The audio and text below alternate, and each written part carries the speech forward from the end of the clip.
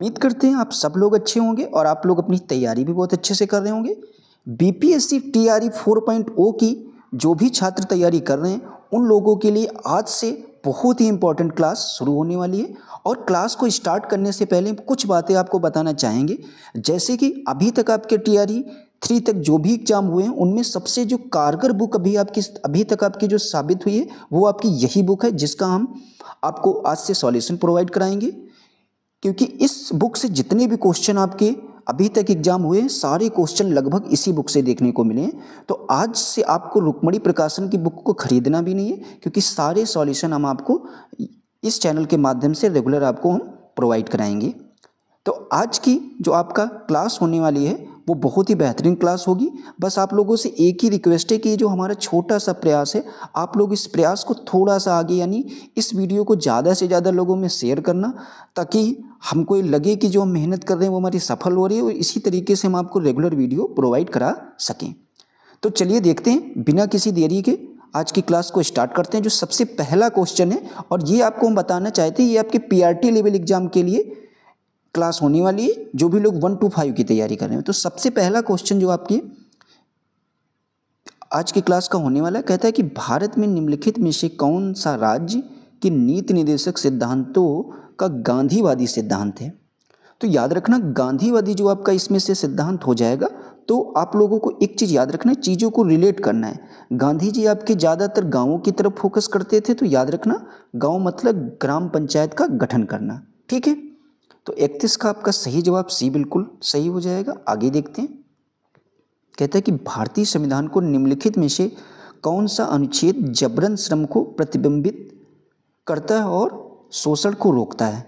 तो याद रखना ये आपका कौन सा अनुच्छेद हो जाएगा, तो ये आपका आर्टिकल 23 यानी अनुच्छेद 23 ऐसा हो जाएगा, जो आपके जबरन श्रम को प्रतिबंधित करता है और शोषण को रोकता भी है। आगे देखते हैं 33 नंबर क्वेश्चन क्या कहता है। कहता है कि संविधान आदेश विधेयक 2022 ने उत्तर प्रदेश के कुछ हिस्सों में समुदाय को अनुसूचित जनजाति के रूप में मान्यता दी।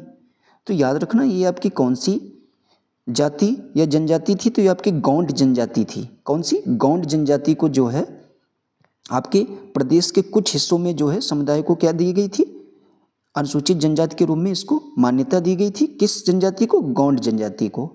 आगे देखते हैं, क्वेश्चन कहता है निम्नलिखित में से किस अनुच्छेद में दोहरे दंड के बारे में बताया गया है, जिसके अनुसार किसी भी व्यक्ति पर एक ही अपराध के लिए एक से अधिक बार मुकदमा न चलाया जाए और न उसे दंडित किया जाए।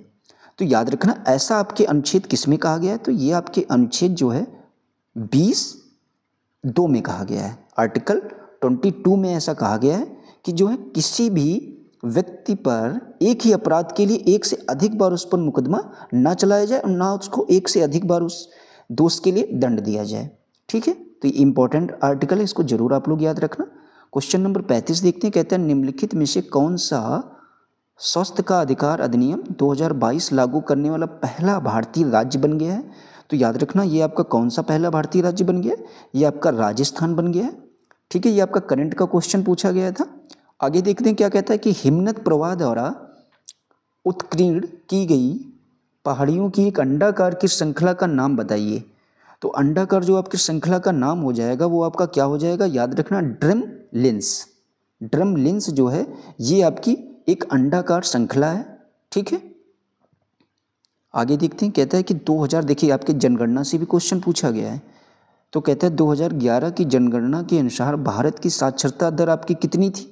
तो याद रखना ये आपको डाटा बहुत ही इंपॉर्टेंट होने वाला है, 74.04%। ये आपका जो है भारत की साक्षरता दर का प्रतिशत था। आगे देखते हैं 38 नंबर क्वेश्चन आपसे क्या कहता है। कहता है आबनूस, महोगनी और शीशम के पेड़ किस प्रकार के जंगल का हिस्सा हैं। तो याद रखना ये सब आपके जो जंगल होते हैं इस तरीके के, तो ये आपके जो है उष्णकटिबंधीय सदाबहार वन के जंगल का हिस्सा होते हैं। ये तीनों जरूर याद रखना आपके लिए, आने वाले एग्जाम जो टीआरई 4.0 का है बहुत ही इंपॉर्टेंट ये क्वेश्चन है उसके लिए। आगे देखते हैं 39 नंबर क्वेश्चन आपका क्या कहता है। कहते हैं निम्नलिखित में से कौन सा राज्य भारत की लिग्राइट कोयले का सबसे बड़ा उत्पादक है, तो लिग्नाइट कोयले का जो आपका सबसे बड़ा उत्पादक हो जाएगा वो आपका तमिलनाडु हो जाएगा। मोस्ट इंपॉर्टेंट क्वेश्चन है ये, ठीक है।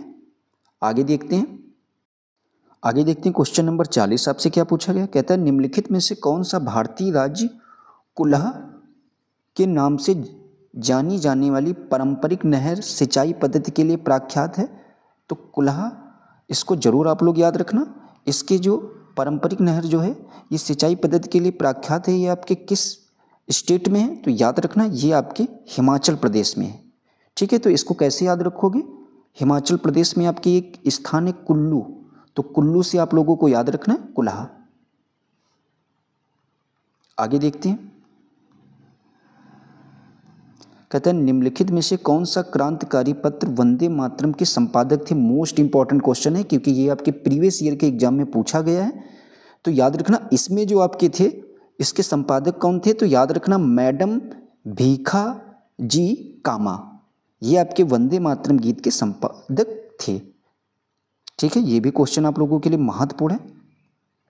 आगे देखते हैं 52 नंबर क्वेश्चन क्या कहता है। कहता है कि विधवा पुनर्विवाह अधिनियम किसके कार्यकाल में क्रियान्वित किया गया। तो याद रखना ये जो विधवा पुनर्विवाह अधिनियम था ये आपके लॉर्ड कैनिंग के कार्यकाल में क्रियान्वित किया गया था, ये इंपॉर्टेंट है। आगे देखते हैं। और अगर आपसे पूछा जाए विधवा जो पुनर्विवाह के लिए एक्ट कब लाया गया था, तो इसकी डेट भी आप लोग याद रखना 1856 में लाया गया था, ठीक है। और अगर आपसे पूछा जाए लॉर्ड कैनिंग थे कौन, तो ये आपके भारत के प्रथम वायसराय अगर आपसे पेपर में पूछा जाए। देखिए जहाँ पर इंपॉर्टेंट चीज़ें होंगी वहाँ पर हम आपको वहाँ से संबंधित पॉइंट भी बताते चलेंगे। तो लॉर्ड कैनिंग जो था ये आपके भारत का प्रथम वायसराय भी था, ठीक है। और लॉर्ड डलहौजी ने जो है आपकी हड़प्पा नीति को अगर पूछा जाए किसने अपनाया था, तो आप लोग बोलेंगे लॉर्ड डलहौजी ने जो है आपकी हड़प्पा नीति को अपनाया था, ठीक है।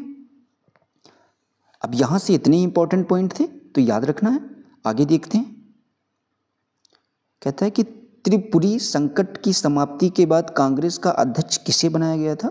तो याद रखना त्रिपुरी संकट की समाप्ति के बाद जो आपके कांग्रेस के अध्यक्ष अगर आपसे पूछा जाए किसको बनाया गया था, तो आपके डॉक्टर राजेंद्र प्रसाद जी को बनाया गया था, ठीक है। अब अगर आपसे पूछा जाए त्रिपुरी संकट है ये आपका कब लाया गया था, तो याद रखना ये आपके 1939 में आया था, ठीक है। ये भी पूछा जा सकता है पेपर में। आगे देखते हैं। क्वेश्चन नंबर 54 क्या कहता है। कहता है कि 1854 ईस्वी की उड विज्ञापित में अभिव्यक्ति शिक्षा का लक्ष्य क्या था। तो याद रखना इसका जो आपका लक्ष्य था प्रमुख वो था भारत में पाश्चात्य भाषा, शिक्षा, कला, विज्ञान और संस्कृति को क्या करना था, बढ़ावा देना था, ठीक है। आगे देखते हैं 55 नंबर क्वेश्चन आपसे क्या पूछा गया था। कहता है कि साइमन कमीशन के आने के विरुद्ध भारतीय जन आंदोलन क्यों हुआ। तो याद रखना भारतीय जन आंदोलन जो था इसके पीछे की मेन वजह आपकी क्या थी कि साइमन कमीशन में कोई भी भारतीय सदस्य नहीं था, ठीक है। इसीलिए इसका विरोध किया गया था क्योंकि इसके कमीशन में किसी भी भारतीय को कोई भी जगह नहीं दी गई थी। तो 55 का आपका राइट जवाब सी बिल्कुल सही हो जाएगा। 56 नंबर क्वेश्चन देखते हैं क्या कहता है। ये इंपॉर्टेंट है, जहाँ पर चीज़ें इंपॉर्टेंट है वहाँ पर आप लोग जरूर उनको नोट करते चलना। कहता है कि 1911 ईस्वी में जब राजधानी कलकत्ता से दिल्ली लाने की घोषणा की गई उस समय भारत का वायसराय कौन था। तो याद रखना उस समय आपके जो भारत का वायसराय था वो आपका कौन था, तो याद रखना लॉर्ड हार्डिंग द्वितीय, लॉर्ड हार्डिंग सेकंड था जिस समय आपकी राजधानी कलकत्ता से दिल्ली लाने की घोषणा की गई थी। ये क्वेश्चन भी आप लोगों के लिए इंपॉर्टेंट है। आगे देखते हैं। क्वेश्चन कहता है कि महात्मा गांधी का दक्षिण अफ्रीका से वापसी पर इनमें से किस घटना के कारण उनको प्रसिद्धि मिली थी। तो याद रखना जब वो आपके दक्षिण अफ्रीका से वापस आए थे तो उनको जो है किस घटना के लिए प्रसिद्धि मिली थी। तो याद रखना उनको जो प्रसिद्धि मिली थी वो आपके चंपारण सत्याग्रह से मिली थी, ठीक है। आगे देखते हैं। यहाँ पर आपके कुछ मिलान वाले क्वेश्चन पूछे गए तो ये क्वेश्चन भी इंपॉर्टेंट है। कहता है निम्नलिखित में से कौन एक सुमेलित नहीं है। कहने का मतलब ये है ये आपके तीन चीज़ें दे रखी गई। कहता है इनमें से दो तो सही है, एक कौन सा सुमेलित नहीं है। तो प्रार्थना समाज की अगर आपसे बात की जाएगी तो डॉक्टर आत्माराम पांडुरंग ये बिल्कुल सही है। अगर आपसे पूछा जाए आत्मीय सभा की स्थापना आपकी क्या देवेंद्रनाथ टैगोर ने की है, जी बिल्कुल गलत है। क्योंकि आपकी जो आत्मीय सभा की स्थापना सबसे पहले आपको पता होना चाहिए, ये आपकी हुई कब, तो 1815 ईस्वी में हुई। और इसको आपको आत्मीय सभा की स्थापना की किसने, तो आप लोग बोलेंगे राजा राम मोहन राय ने। ठीक है, किसने की आत्मीय सभा की स्थापना, राजा राम मोहन राय के द्वारा की गई थी। तो इसीलिए आपका बी वाला पार्ट गलत हो जाएगा, तो गलत ही आपसे पूछा गया था। तो यानी 58 का राइट जवाब आपका बी बिल्कुल सही हो जाएगा। तो ये आप समझ गए होंगे। ठीक है, अगर आपसे पूछा जाए कि प्रार्थना समाज की स्थापना कब हुई, तो आप लोग इसकी डेट भी याद रखना, 1867 में हुई थी। ठीक है, आगे देखते हैं क्वेश्चन नंबर आपका 59 क्या कहता है, इसको हम लोग समझते हैं। 59 नंबर क्वेश्चन आपसे कहता है कि निम्नलिखित में से किसका आरंभ मेरठ में सैन्य विद्रोह से हुआ और शीघ्र ही व्यापक स्तर पर फैलकर ब्रिटिश शासन के लिए एक बड़ी चुनौती के रूप में परिलक्षित हुआ। तो याद रखना, इसका जो आपका राइट जवाब हो जाएगा वो आपका भारतीय विद्रोह जो आपका 1857 हुआ था। इसीलिए जो है जो आपका मेरठ में सैन्य विद्रोह हुआ था वो शीघ्र ही व्यापक स्तर पर फैलकर जो है आपके ब्रिटिश शासन के लिए एक बड़ी चुनौती के रूप में क्या हो गया था, परिलक्षित हुआ था। तो कौन सा विद्रोह था, भारतीय विद्रोह 1857। आप लोग इसकी डेट जरूर याद रखना। ठीक है, आगे देखते हैं क्वेश्चन नंबर 60 क्या कहता है। कहता है कि इनमें से किसने नस्लीय भेदभाव के विरुद्ध संघर्ष करने हेतु न टाल भारतीय कांग्रेस की स्थापना की। ये क्वेश्चन भी आपके आने वाले एग्जाम के लिए इंपॉर्टेंट है। तो न टाल भारतीय कांग्रेस की स्थापना किसने की थी, तो याद रखना ये आपके महात्मा गांधी जी के द्वारा की गई थी। तो 60 का आपका राइट जवाब सी बिल्कुल सही हो जाएगा। आगे देखते हैं 71 नंबर क्वेश्चन। देखिए ये आपका बिहार का एग्जाम है तो इसलिए ये और भी इंपॉर्टेंट क्वेश्चन है। कहता है बिहार का सर्वाधिक जूट उत्पादक जिला कौन है। तो सर्वाधिक जो जूट उत्पादक जिला आपका हो जाएगा तो वो आपका कौन सा हो जाएगा, तो वो आपका पूर्णिया ये आपका जो है बिहार का सर्वाधिक जूट उत्पादन वाला जिला है। कौन सा, पूर्णिया। तो 71 का आपका राइट जवाब सी बिल्कुल सही हो जाएगा। आगे देखते हैं इंपॉर्टेंट क्वेश्चन। कहता है 1922-23 में मुंगेर में किसान सभा का गठन किसने किया। तो जो आपकी किसान सभा हुई थी उसमें जो इसका गठन आपके किसने किया था अगर पूछा गया है, तो इसमें जो आपका सही जवाब हो जाएगा उपयुक्त में से एक से अधिक लोगों ने किया था। और वो आपके कौन कौन से लोग थे, तो याद रखना ये आपके इसमें श्री कृष्ण सिंह भी शामिल थे। ठीक है, और मोहम्मद जुबैर भी आपके शामिल थे। इसीलिए इसका जवाब आपका उपयुक्त में से एक से अधिक हो जाएगा। ठीक है, आगे देखते हैं। फिर कहते हैं कि हाल ही में उपस्थित पोर्टल, मोस्ट इंपॉर्टेंट, उपस्थित पोर्टल किस राज्य सरकार के द्वारा लॉन्च किया गया है। तो याद रखना ये आपके झारखंड सरकार या झारखंड राज्य के सरकार के द्वारा लॉन्च किया गया। कौन सा पोर्टल, उपस्थिति पोर्टल। आगे देखते हैं। कहता है बिहार, मोस्ट इंपॉर्टेंट ये भी, कहता है बिहार आर्थिक सर्वेक्षण पहली बार किस वित्तीय वर्ष के लिए प्रकाशित किया गया था। तो पहली बार जो आपका है किस वित्तीय वर्ष के लिए प्रकाशित किया गया था, तो याद रखना ये आपके 2006 और 7 के लिए प्रकाशित किया गया था। ठीक है, अब यहाँ पर कुछ इंपॉर्टेंट पॉइंट हैं उनको हम बताएंगे। कहता है कि बिहार जो है देश में आर्थिक समीक्षा प्रस्तुत करने वाला पहला राज्य बना। अगर आपसे पूछा जाए आर्थिक समीक्षा प्रस्तुत करने वाला पहला राज्य कौन बना, तो आप लोग बोलेंगे बिहार बना है। ठीक है, और याद रखना एक बात यहाँ से, और आर्थिक समीक्षा जो है ये आपकी अगर पूछा जाए किसके द्वारा जारी की जाती है, तो याद रखना ये आपके वित्त मंत्रालय के द्वारा जारी की जाती है आर्थिक समीक्षा। फिर अगर आपसे पूछा जाए मौद्रिक नीति किसके द्वारा लागू की जाती है, तो याद रखना ये आपके आरबीआई के द्वारा लागू की जाती है। तो यहाँ से 3-4 क्वेश्चन जो बन सकते थे वो हमने आप लोगों के साथ डिस्कस कर लिए, तो जरूर आप लोग उनको याद रखना। फिर कहता है कि बिहार में कांग्रेस का प्रथम अधिवेशन कहाँ रखा गया था। तो याद रखना बिहार का एग्जाम है तो इसलिए ये और भी क्वेश्चन महत्वपूर्ण हो जाता है। तो याद रखना ये आपके पटना में रखा गया।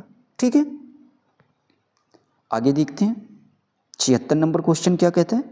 कहता है मई 2024 में वस्तु एवं सेवा कर अपीली न्यायाधिकरण के पहले अध्यक्ष किसे नियुक्त किया गया था। तो याद रखना पहला अध्यक्ष जो है आपके किसे नियुक्त किया गया था, तो ये आपके संजय कुमार मिश्रा को नियुक्त किया गया था। ठीक है, 77 नंबर क्वेश्चन देखते हैं क्या कहता है। कहता है कि भारत में पहला खगोल पर्यटन अभियान, भारत में कहता है पहले खगोल पर्यटन अभियान की घोषणा किस राज्य में की गई? तो याद रखना ये आपके किस राज्य में की गई? ना तो कर्नाटक में की गई थी, ना तो तमिलनाडु में की गई, ना तो बिहार में। तो ये यहाँ पर तीनों आपके गलत हैं ऑप्शन। तो अगर पूछा जाए पहले खगोल पर्यटन अभियान की घोषणा कहाँ पर की गई, तो आप लोग इसका जवाब देंगे उत्तराखंड। इसको आप लोग जरूर लिख लेना है, क्वेश्चन इंपॉर्टेंट है, ठीक है। उत्तराखंड में आपके पहले खगोल पर्यटन अभियान की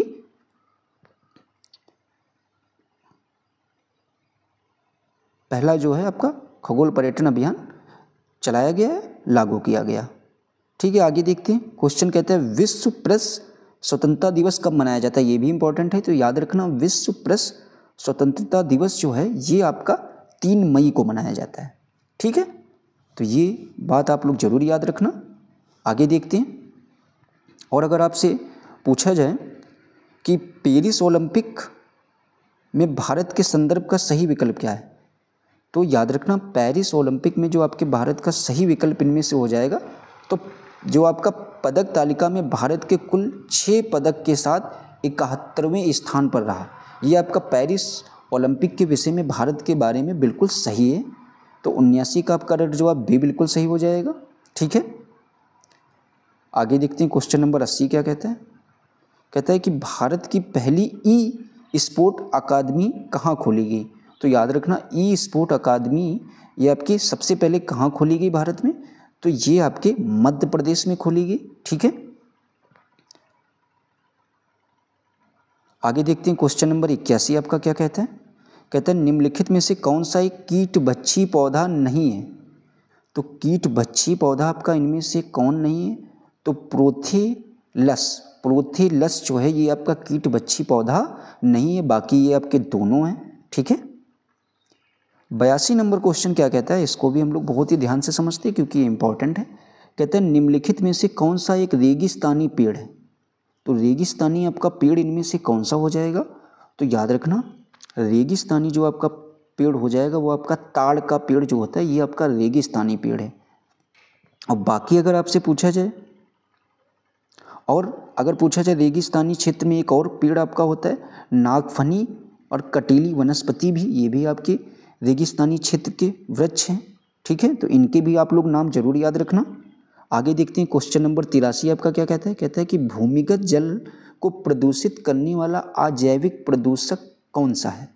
तो याद रखना जो आपका भूमिगत जल होता है इसको प्रदूषित करने वाला जो आपका अजैविक प्रदूषक अगर आपसे पूछा जाए कौन सा है, तो याद रखना ये आपका आर्सेनिक है, ठीक है। आगे देखते हैं, 84 नंबर क्वेश्चन कहते हैं निम्नलिखित में से कौन सा प्राथमिक प्रदूषक है?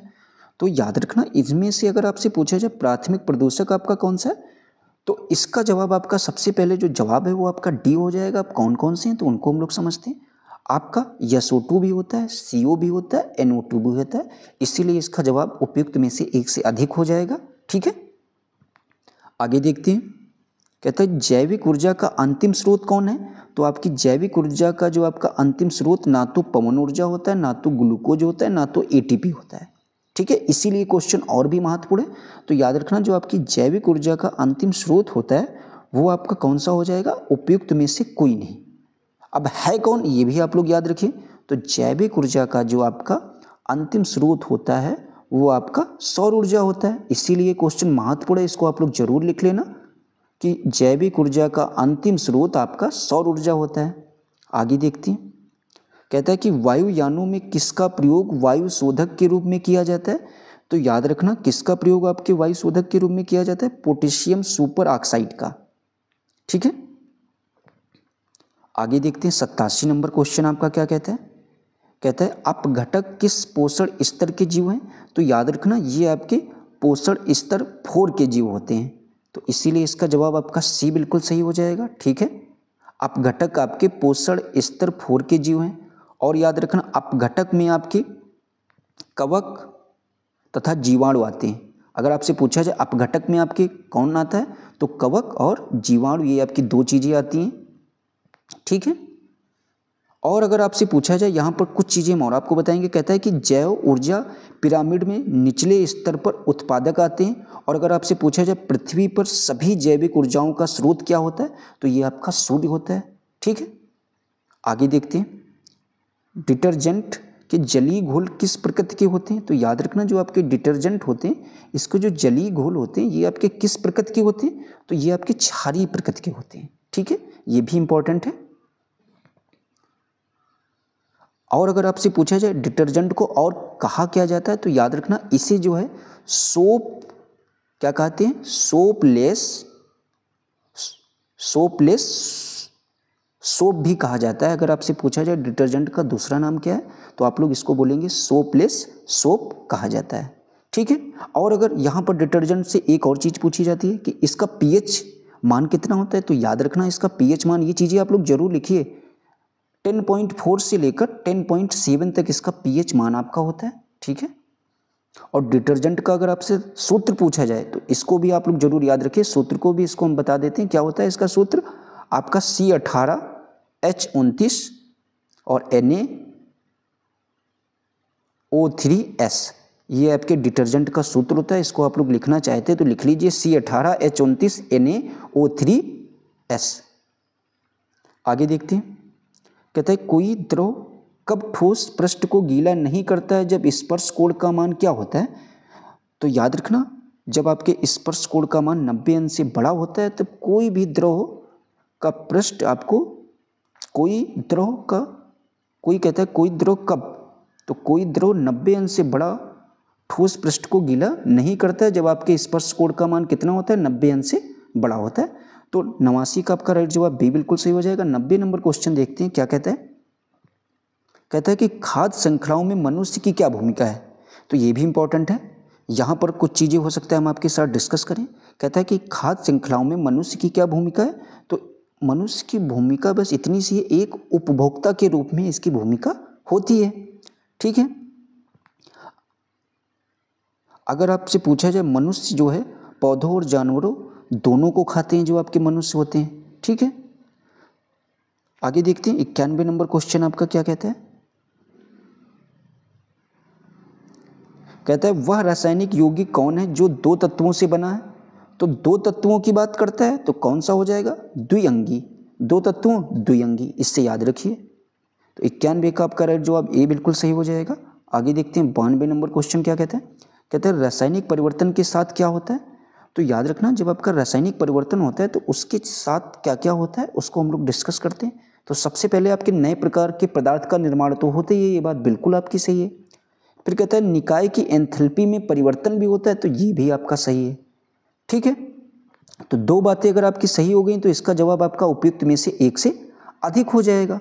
ठीक है, आगे देखते हैं 93 नंबर क्वेश्चन क्या कहता है, कहता है निम्नलिखित में से कौन परमाणु ऊर्जा उत्पादन की एक बड़ी कमी नहीं है, तो बड़ी कमी परमाणु ऊर्जा उत्पादन की कौन सी नहीं है, तो ये आपकी विद्युत उत्पादन जो है ये आपकी नहीं है। तो 93 का आपका राइट जवाब बी बिल्कुल सही हो जाएगा। अब हम लोग देखते हैं 94 नंबर क्वेश्चन आपका क्या कहता है, इसको हम लोग समझते हैं बहुत ही ध्यान से क्योंकि ये क्वेश्चन इंपॉर्टेंट है आप लोगों के लिए। कहता है कि वनस्पति कोशिका तथा प्राणी कोशिका का अंतर किसकी उपस्थिति से स्पष्ट होता है, तो याद रखना ये आपके किसकी उपस्थिति से स्पष्ट होता है, तो ये आपके कोशिका भित्ति की उपस्थिति से स्पष्ट होता है। क्या, वनस्पति कोशिका और प्राणी कोशिका के बीच डिफरेंस। तो 94 का आपका राइट जवाब ए बिल्कुल सही हो जाएगा। ठीक है, अब अगर आपसे पूछा जाए कि कोशिका भित्ति पाई कहाँ जाती है, तो यहाँ से एक पॉइंट जरूर याद रखना, कोशिका भित्ति सिर्फ आपके पादप कोशिका में पाई जाती है। ठीक है, आगे देखते हैं 95 नंबर क्वेश्चन क्या कहता है, कहता है कि बीजों का अंकुरण क्या कहलाता है जब वे फल के अंदर ही होते हैं। मोस्ट इंपॉर्टेंट ये भी है कि बीजों का अंकुरण क्या कहलाता है जब वे फल के अंदर ही होते हैं, तो याद रखना ये आपका अंकुरण क्या कहलाता है, विविपेरी आपका कहलाता है। आगे देखते हैं 95 का आपका राइट जवाब सी बिल्कुल सही हो जाएगा।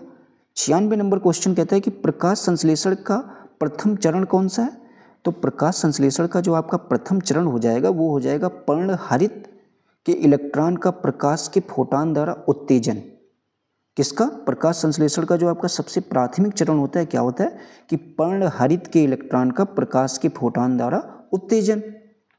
आगे देखते हैं 97 नंबर क्वेश्चन क्या कहता है, कहता है कि भारत के स्वतंत्र होने से पूर्व लगातार 6 वर्षों तक भारतीय राष्ट्रीय कांग्रेस के अध्यक्ष पद पर रहने वाले एकमात्र व्यक्ति कौन थे? तो याद रखना ये आपके मौलाना अबुल कलाम आज़ाद थे। ठीक है, ये क्वेश्चन आप लोगों के लिए इंपॉर्टेंट है। कौन थे लगातार 6 वर्षों तक? तो ये आपके मौलाना अबुल कलाम आज़ाद जी थे। 97 का आपका राइट जवाब।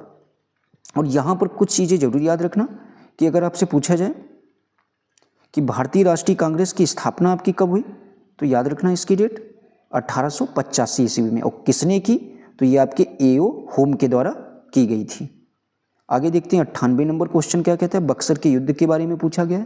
कहता है कि बक्सर का युद्ध आपके किस वर्ष लड़ा गया था? तो ये आप लोग अच्छे से इस क्वेश्चन को जानते होंगे कि 1764 ईस्वी में आपके बक्सर का युद्ध हुआ था। ठीक है, और अगर आपसे पूछा जाए बक्सर का युद्ध हुआ किसके किसके बीच था, तो ये आपके याद रखना बंगाल के नवाब जो थे आपके मीर कासिम और अंग्रेजों के बीच हुआ था। ठीक है,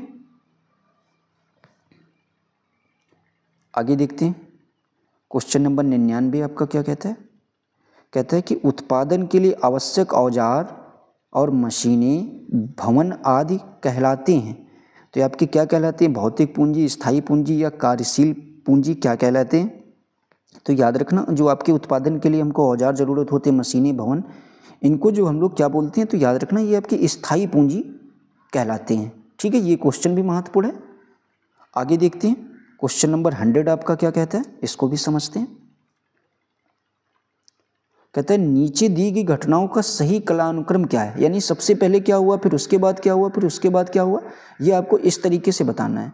तो आप लोगों को याद रखना है सबसे पहले आपका असहयोग आंदोलन हुआ, उसके बाद में चोरी चोरा कांड हुआ, तो इस तरीके से ए और बी आपका।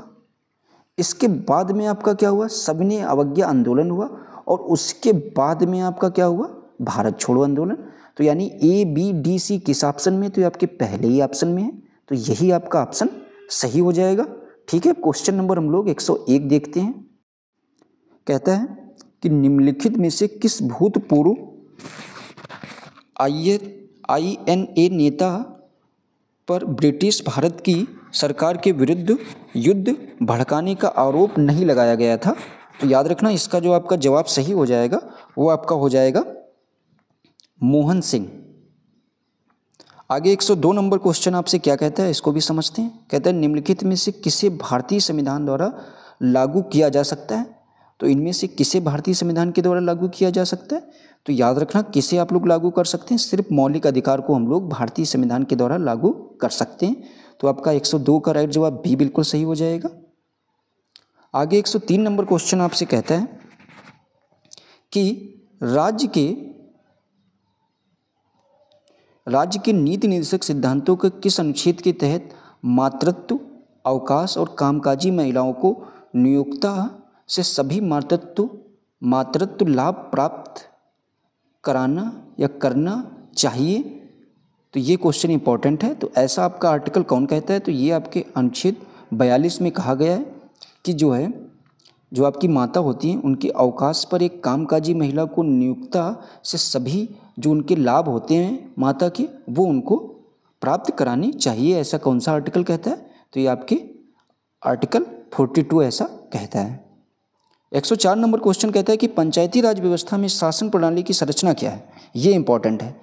पंचायती राज से आपके पेपर में एक क्वेश्चन जरूर देखने को मिलेगा TRE 4.0 में।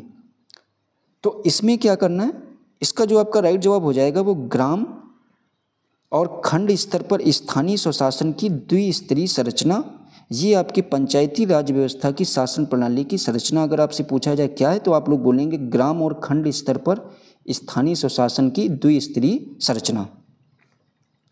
तो 104 का आपका जो जवाब हो जाएगा वो आपका क्या हो जाएगा, थोड़ा सा यहाँ पर मिस्टेक हुआ है तो याद रखना इसका आपका जवाब जो है वो आपका सी सही होगा कि जो पंचायती राज व्यवस्था होती है वो आपके ग्राम, प्रखंड और जिला स्तर पर स्थानीय स्वशासन की त्रिस्तरीय संरचना है। थोड़ी सी यहाँ पर मिस्टेक हुई तो याद रखना 104 का आपका जो राइट जवाब है वो आपका सी बिल्कुल सही होगा। आगे देखते हैं 105 नंबर क्वेश्चन आपसे क्या पूछा गया था। कहता है कि बिहार पंचायती राज अधिनियम के अनुसार ग्राम पंचायत का कोई सदस्य हस्तलिखित आवेदन मुखिया को समर्पित कर त्याग पत्र दे सकता है। आवेदन समर्पित करने कि कितने दिन बाद त्यागपत्र प्रभावी माना जाएगा। तो याद रखना कितने दिन बाद जो है आपका त्यागपत्र प्रभावी माना जाएगा, तो ये आपके 7 दिन के बाद। ठीक है। अगर आपसे पूछा जाए बिहार में पंचायत राज अधिनियम कब पारित किया गया, तो ये इंपॉर्टेंट है, तो 2006 में जरूर याद रखना, मोस्ट इंपॉर्टेंट क्वेश्चन है। ठीक है। 105 का आपका राइट जवाब ए बिल्कुल सही हो जाएगा। आगे देखते हैं क्वेश्चन नंबर 106 क्या कहता है। कहता है भारत के उन उपराष्ट्रपतियों के नाम बताइए, मतलब जिनका चुनाव हुआ नहीं, वो निर्विरोध आपके उपराष्ट्रपति बन गए। तो ऐसे कौन कौन से आपके उपराष्ट्रपति थे, तो याद रखना इसका जवाब आपके सबसे पहले डॉक्टर एस राधाकृष्ण थे, जिन्हें निर्विरोध चुना गया था। उसके बाद एम हिदायतुल्ला जी थे। उसके बाद डॉक्टर शंकर दयाल शर्मा। ये 3 ऐसे उपराष्ट्रपति थे जिनको निर्विरोध आपके चुना गया था। तो 106 का आपका राइट जवाब ए बिल्कुल सही हो जाएगा। 107 नंबर क्वेश्चन देखते हैं क्या कहते हैं, इंपॉर्टेंट है।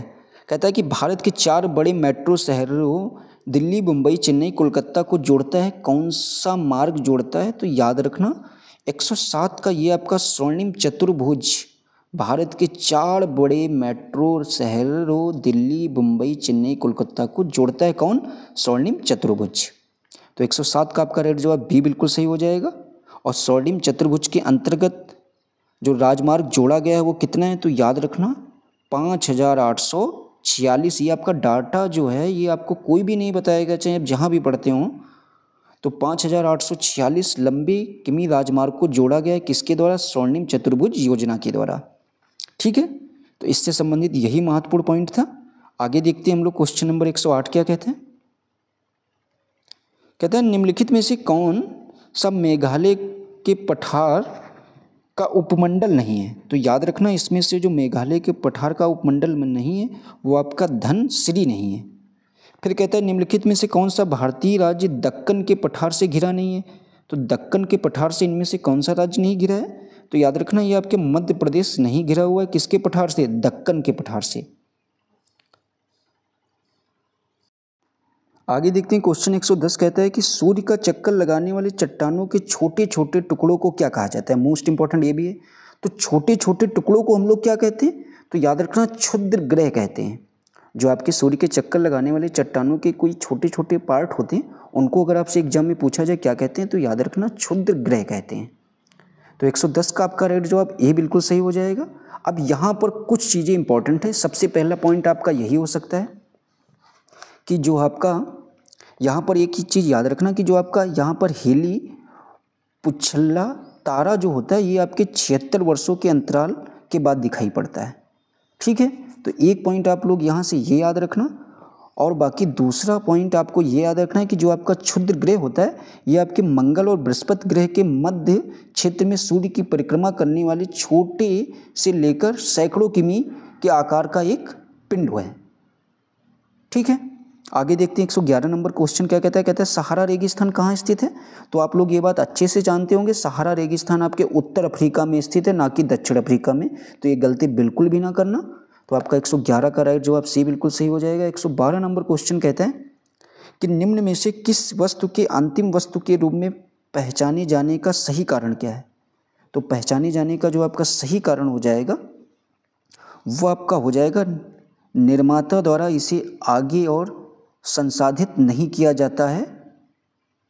यही आपका सही जवाब हो जाएगा 112 का भी। 113 नंबर क्वेश्चन कहते हैं निम्नलिखित में से कौन सी फसल भारत में व्यावसायिक खेती के लिए स्वीकृत एकमात्र आनुवंशिकता रूपांतरित फसल है। ये इंपॉर्टेंट है। तो याद रखना वो कौन सी फसल आपकी हो जाएगी, वो आपकी हो जाएगी बीटी कपास। यही मात्र आपकी एक व्यावसायिक खेती के लिए स्वीकृत एकमात्र आनुवंशिकता रूपांतरित फसल कौन सी है, बीटी कपास। ठीक है। तो ये आप लोग जरूर याद रखना। और एक चीज़ याद रखना, बीटी कपास से संबंधित 2 पॉइंट हम आपको बताने वाले। सबसे पहला, बीटी कपास भारत में एकमात्र स्वीकृत जीएम फसल है। कैसी फसल है, जीएम। जीएम फसल अगर आपसे पूछा जाए कौन सी है तो आप लोग बोलेंगे ये आपकी बीटी कपास है। सबसे पहला पॉइंट ये। फिर अगर आपसे पूछा जाए बीटी कपास किस तरीके का पौधा है, तो याद रखना ये आपके ट्रांसजेनिक प्रकार का पौधा है। ठीक है, लिखते जगह नहीं है, तो याद रखना। अगर आपसे पूछा जाए बीटी कपास किस तरीके का पौधा है, तो ट्रांसजेनिक। ठीक है, इससे इंपॉर्टेंट जो भी 2 पॉइंट थे हमने आप लोगों के साथ डिस्कस कर लिया, आप लोग जरूर इनको लिख रहे होंगे। फिर कहता है विदेश में भारतीय मूल के कितने वैज्ञानिकों के लिए विज्ञान मंत्रालय ने वैभव फेलोशिप के प्रथम प्राप्तकर्ताओं की घोषणा की है, तो याद रखना वो आपके 22 वैज्ञानिक थे। आगे देखते हैं क्वेश्चन नंबर 115 क्या कहता है। कहता है कि ग्राम और लघु उद्योग समिति को खाली स्थान के रूप में जाना जाता है, तो किस रूप में जाना जाता है, तो करवे समिति के रूप में जाना जाता है आपके किसके। अगर आपसे पूछा जाए ग्राम लघु उद्योग समिति को किस रूप में जाना जाता है, तो करवे समिति के रूप में जाना जाता है। इंपॉर्टेंट है, इसलिए हमने 2 बार रिपीट कर दिया है। आगे देखते हैं क्वेश्चन क्या कहता है। कहता है निम्नलिखित में से कौन सी योजना सूक्ष्म वित्त जैसी पहल से संबंधित नहीं है, तो इनमें से कौन सी योजना जो है आपकी वो सूक्ष्म वित्त जैसी पहल से संबंधित नहीं होगी, तो याद रखना वो आपकी उज्ज्वला योजना। ठीक है, तो इसका जवाब आपका 116 का सी बिल्कुल सही हो जाएगा। क्वेश्चन नंबर हम लोग 117 देखते हैं।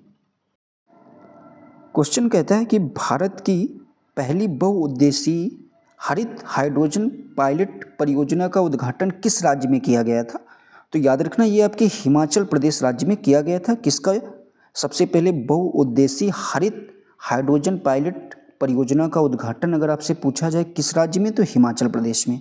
ठीक है, आगे देखते हैं 118 नंबर क्वेश्चन आपका क्या कहता है।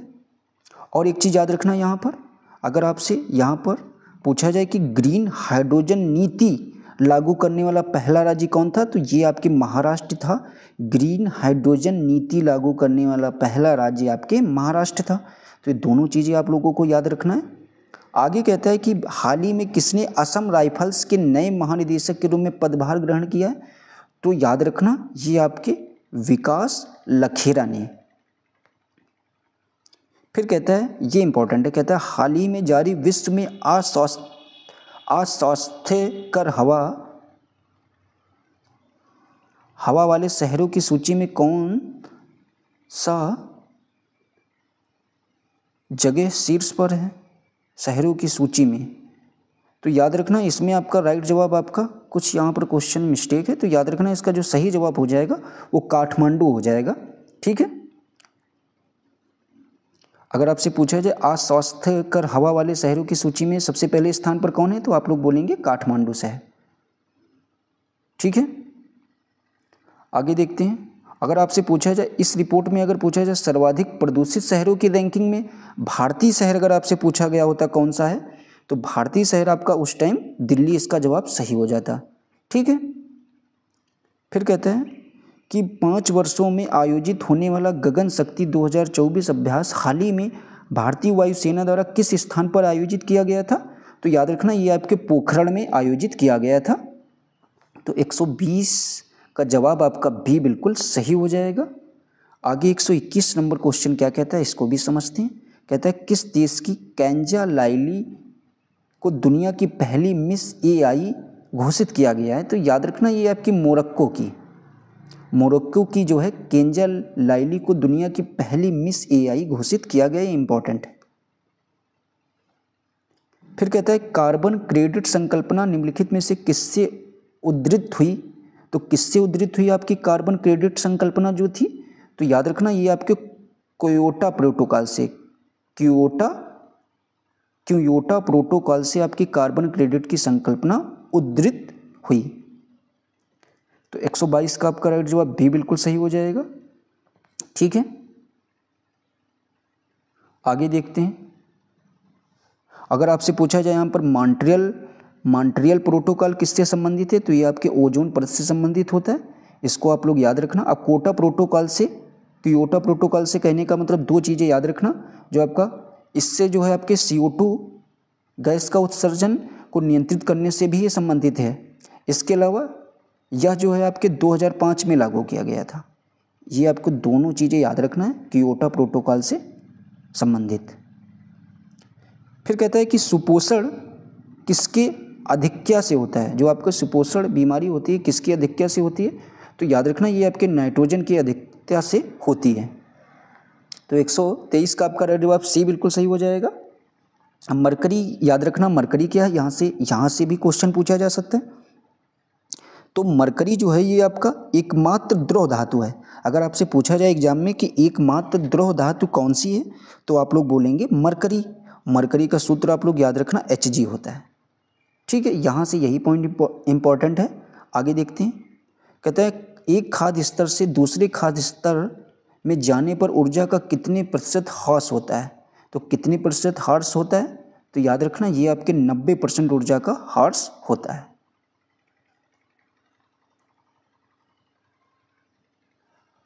आगे देखते हैं क्वेश्चन नंबर 125 क्या कहते हैं। कहता है कि कार्बन डाइऑक्साइड किस सीमा तक की रेडियो सक्रियता को अवशोषित करती है।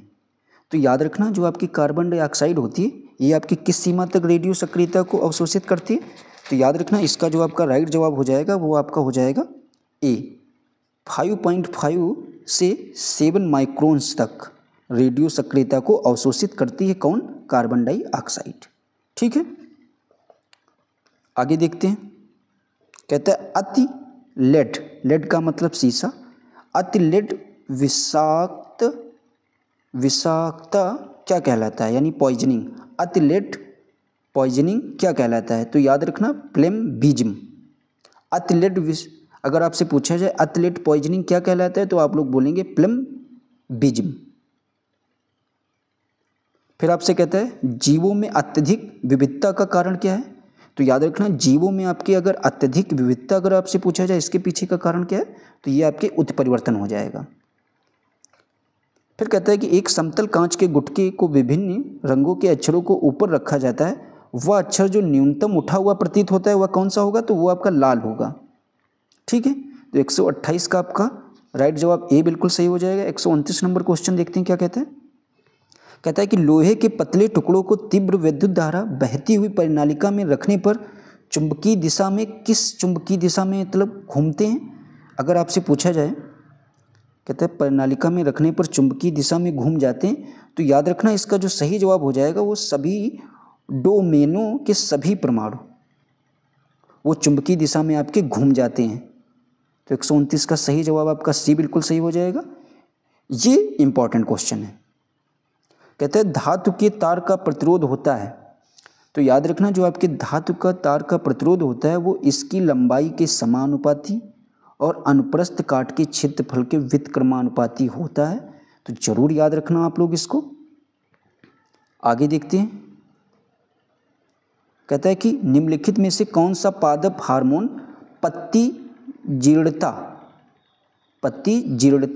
में देरी का कारण बनता है। तो देरी का कारण आपका कौन बनता है, तो ये आपका हार्मोन होता है एक साइटोकाइनिन हार्मोन ही। और याद रखना अगर ठीक है एथिलीन यहाँ पर दे नहीं रखा, तो एथिलीन आप लोग जरूर याद रखना। अगर आपसे पूछा जाए फलों को पकाने में कौन सी गैस सहायता करती है, तो एथिलीन। आगे देखते हैं 132 नंबर क्वेश्चन क्या कहता है।